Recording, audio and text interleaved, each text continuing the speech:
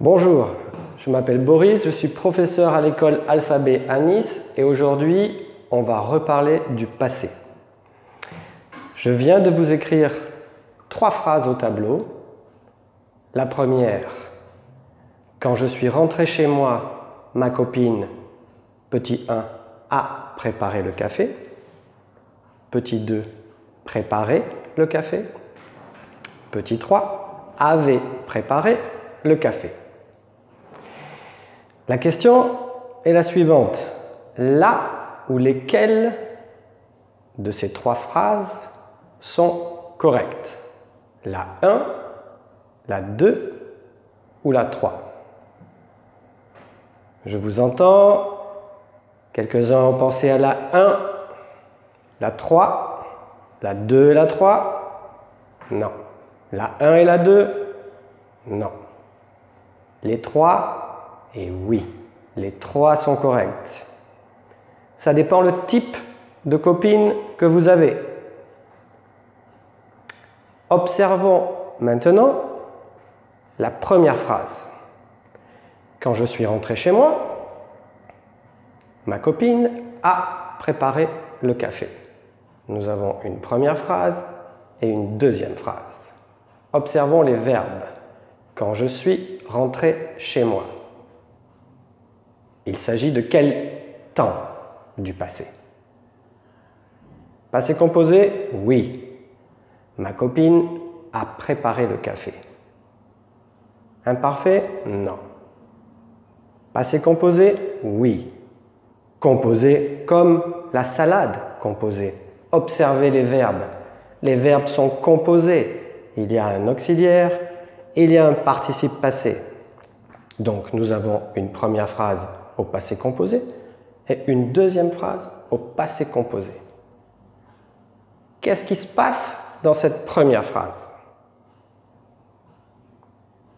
Une réponse? Je vais vous poser une question. Quand je vous demande ce que vous avez fait ce matin, depuis 8 heures du matin, vous me répondez quoi? Je me suis levé,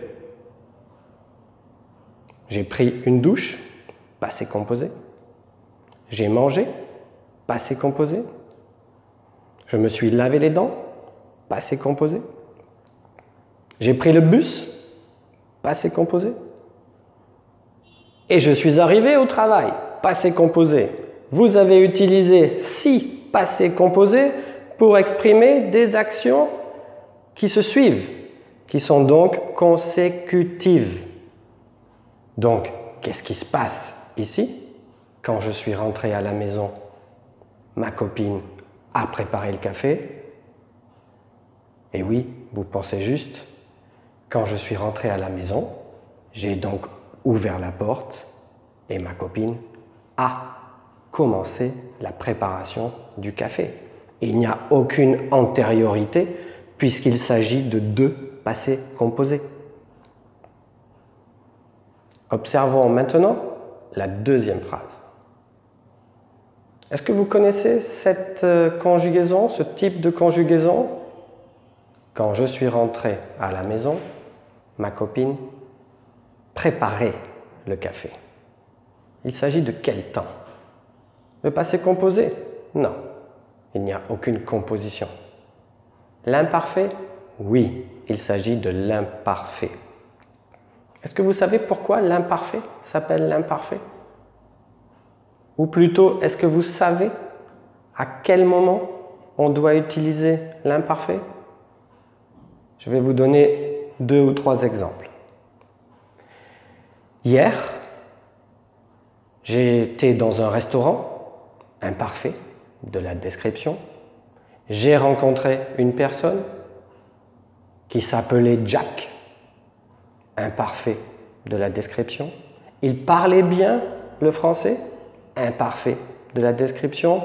Donc oui, petit a, l'imparfait s'utilise pour la description. Deuxième exemple.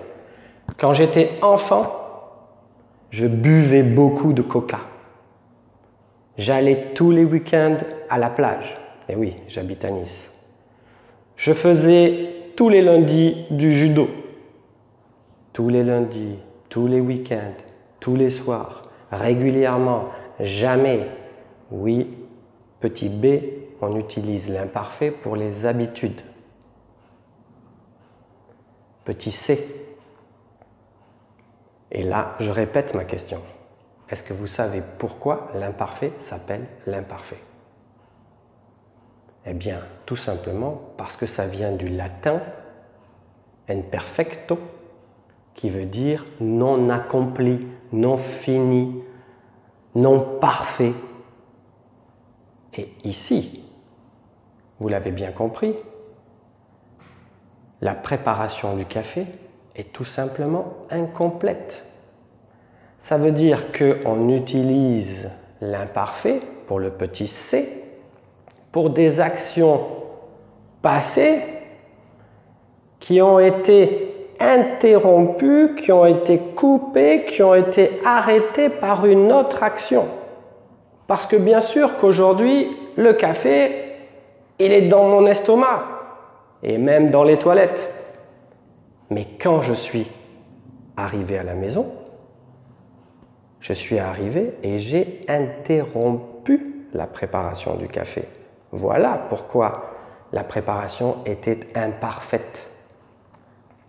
Donc, qu'est-ce qui se passe dans la deuxième situation? Je rentre. Allô, Nathalie? Tu es où? Je suis dans la cuisine. Je suis en train de préparer le café. Et oui, effectivement, Nathalie pouvait dire, je pouvais dire dans la deuxième phrase, quand je suis rentré chez moi, ma copine était en train de préparer le café. Ça donne un peu plus d'insistance sur le côté en cours, sur le côté elle fait l'action au moment où j'arrive, mais ce n'est pas finalement nécessaire. Donc l'imparfait suffit pour comprendre que j'arrive au milieu de la préparation. Maintenant, observez la troisième phrase. Quand je suis rentré à la maison, ma copine avait préparé le café. Vous remarquez quelque chose? Observez bien. La première phrase, ma copine a préparé le café. Troisième phrase, pardon, ma copine avait préparé le café. Il s'agit encore une fois d'un temps composé avec l'auxiliaire, le même auxiliaire. La petite différence, c'est la sauce que je vais placer sur l'auxiliaire. Regardez la première phrase. Ma copine a préparé le café. Ma copine avait préparé le café.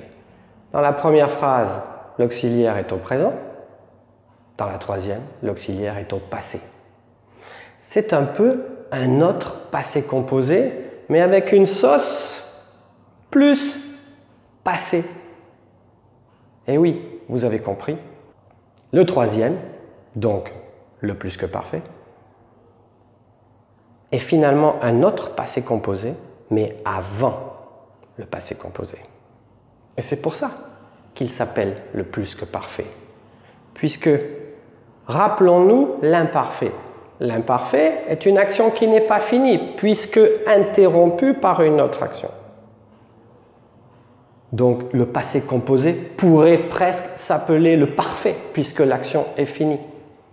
Et le plus que parfait, c'est une action super finie, une action plus que finie, parce qu'elle est finie avant une autre action. Donc, qu'est-ce qui se passe dans la troisième phrase? Quand je suis rentré à la maison, ma copine avait préparé le café.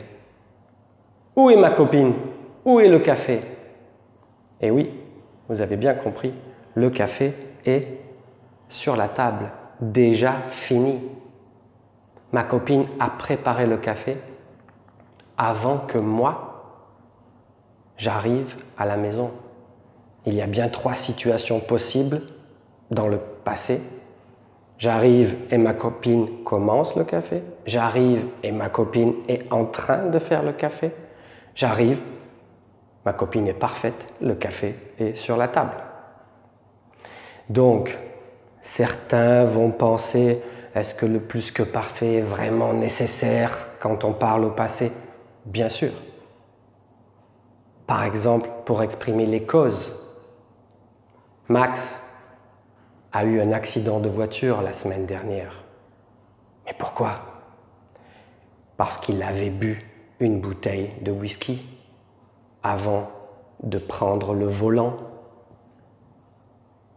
C'est très important, parce que si vous dites « Max a eu un accident de voiture la semaine dernière parce qu'il buvait une bouteille de whisky au volant », ça veut dire qu'il est en train de boire le whisky quand il a l'accident.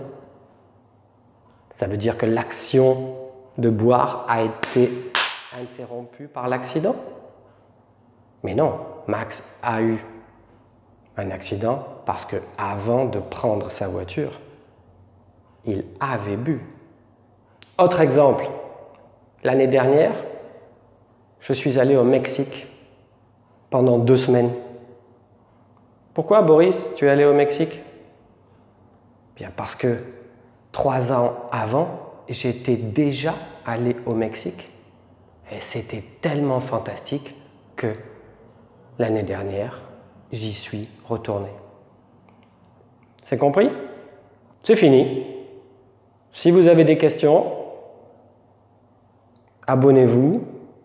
Il y aura d'autres vidéos. Et pour ma part, je vous dis au revoir.